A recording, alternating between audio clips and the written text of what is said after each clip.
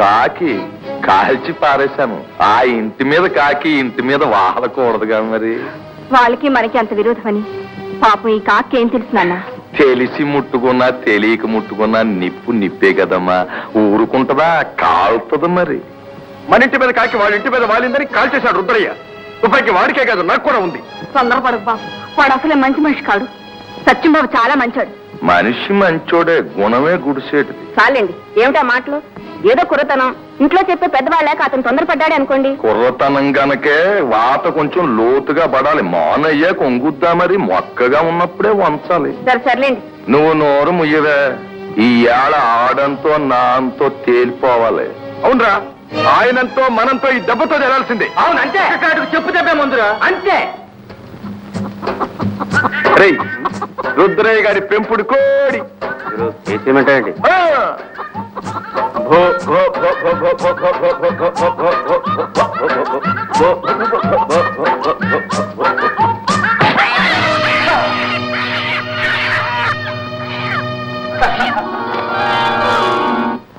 అహాహ భోజనంబు వింతైన వంటకంబు కయ్యాల వారి కోడి అయ్యింది భలే రోజు.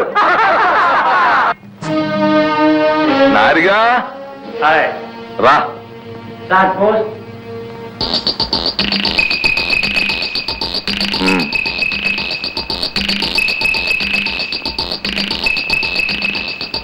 పార్సిల్ ఎక్కడి నుంచి వచ్చిందంటావబ్బా? అవును రోయ్, మన మినిస్టర్ గారు పంపించి ఉంటాడు.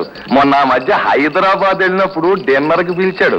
ఆ మాటల్లో ఊరికే అన్నాను మా కోడికి జీడిపప్పు ఇస్తాము అని. అంతే, మోరు నుంచి బెస్ట్ క్వాలిటీ తెప్పించి పంపిస్తాను అన్నాడు. ఎందుకయ్యా అన్నాను. అంటే వింటాడా? మనమంటే అంతేది. పాపం స్నేహానికి ప్రాణం ఇచ్చేస్తాడు రా.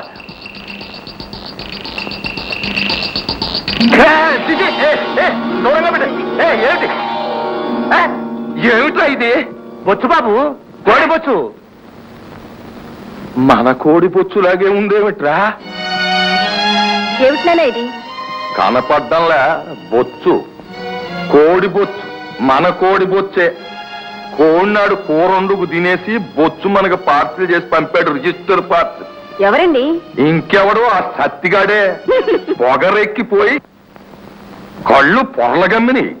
అవును, నువ్వు కాకిని కాలిస్తే అతను కోడిని చంపాడు. కాకి గాలిలో ఎగిరేది ఈడు అబ్బగాడు సొమ్మ. ఈ కోడి నాది. జీడిపప్పు బాదం పిస్తా పెట్టి నా ప్రాణంతో సమానంగా పెంచుకున్నాను.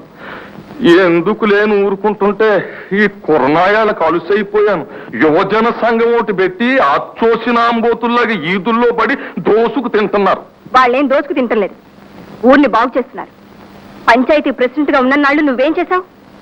సత్యంబాబు ప్రెసిడెంట్ అయ్యాక ఈ 4-5 ఏళ్లలో హై స్కూల్ కట్టించాడు, లైబ్రరీ పెట్టించాడు, ఊరికి కరెంటు తెప్పించాడు, హరిజనులకు ఇళ్లు కట్టించాడు.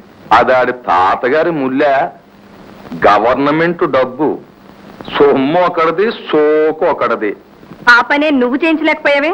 నేను చేయవలసిందేదో మా పెద్దోళ్ళు ఎప్పుడో చేసేశారు. మా తాత గుడి కట్టించాడు, మా నాయన ధర్మసత్రం కట్టించాడు. దాన ధర్మాలు ఆళ్ళు చేసి నేను చేస్తే ఇల్లు ఒళ్ళు గొల్లై నువ్వు నేను చెప్పచేత పట్టుకు పోవాలా? త్యాగాలకు కూడా ఒక లిమిట్ ఉండొద్దేంటి? ఏమిటి మీరు చేసిన త్యాగం? ఉన్న ఆస్తి ఆదాయం చాలకనా? ఎందుకు మీకు ఆ దొంగసారా వ్యాపారం? పబ్లిక్ గా చేస్తే గవర్నమెంట్ ఊరుకుంటదేంటి? బొక్కలోకి దోస్తది. అందుకని ధర్మసత్రం మామయ్య గారు కట్టిస్తే దాన్ని మీరు గౌరవం చేసి అద్దెలకు ఇస్తున్నారు. ఇదేగా మీరు చేసిన త్యాగం. ఏంటున్నావంట్రా? ఇది వరుస. హోమ్ డిపార్ట్మెంట్ లోనే మనకు అపోజిషన్. పతివ్రతలు.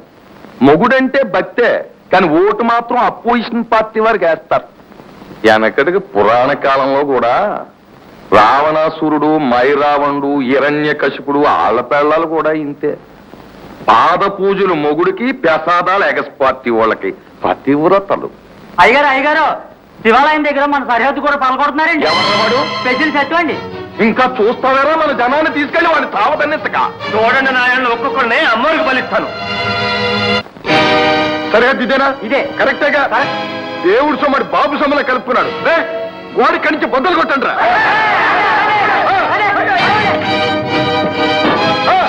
కొట్టండి.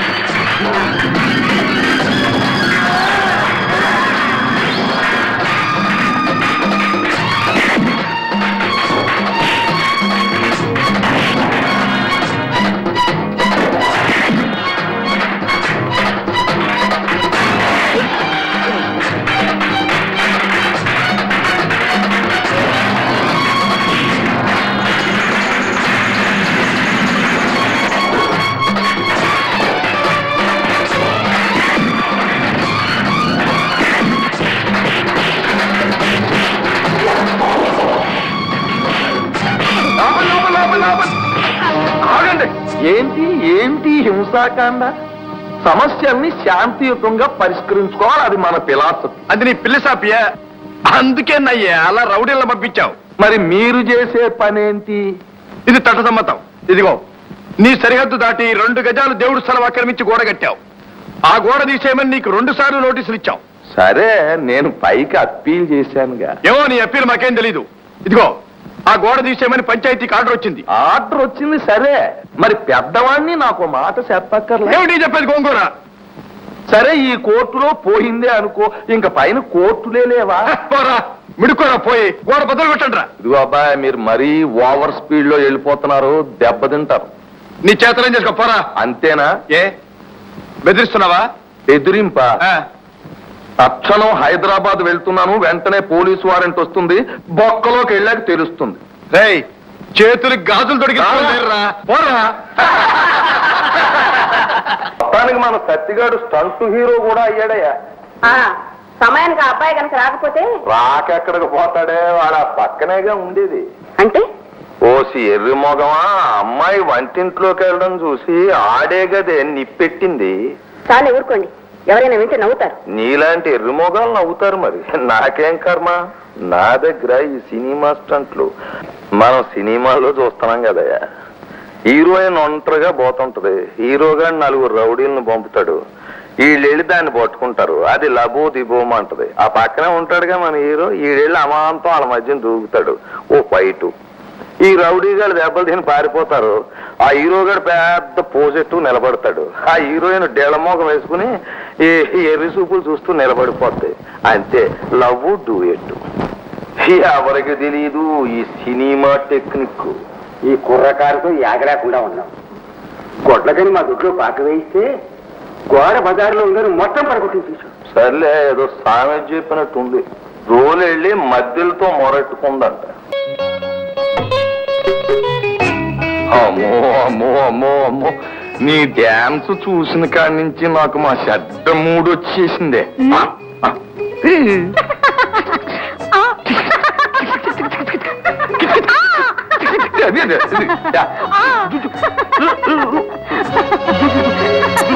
మరి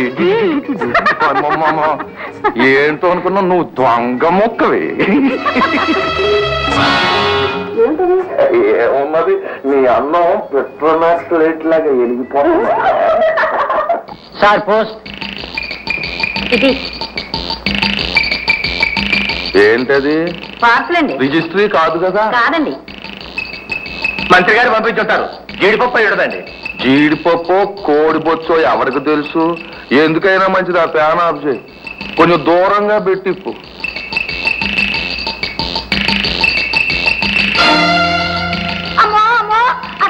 ఏమిటే? ఏం సుబ్బమ్మ? అవి ఏమీ లేదు, బావగారి రాసనేమో. సుబ్బమ్మ, ఇలా ఇచ్చు. సుబ్బమ్మ, ఇలా ఇచ్చు. సుబ్బమ్మ, ఇలా ఇచ్చు. ఇలా ఇచ్చు. ఒరేయ్, దాన్ని ఇలా మాలై.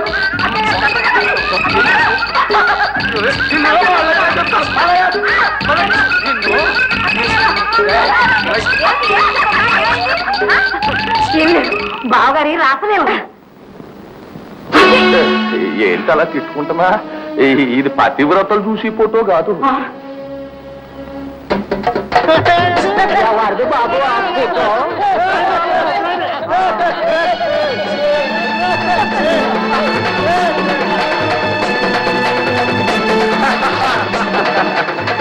రుద్రం, ఆ కాగితాలు దించేస్తే పోవురా. ఇదిగో ఈ తీసుకెళ్ళి మీ ఇంట్లో ఫోటో కట్టిస్తారా? సినిమాలో ఛాన్స్ వస్తే ట్రై చేయి.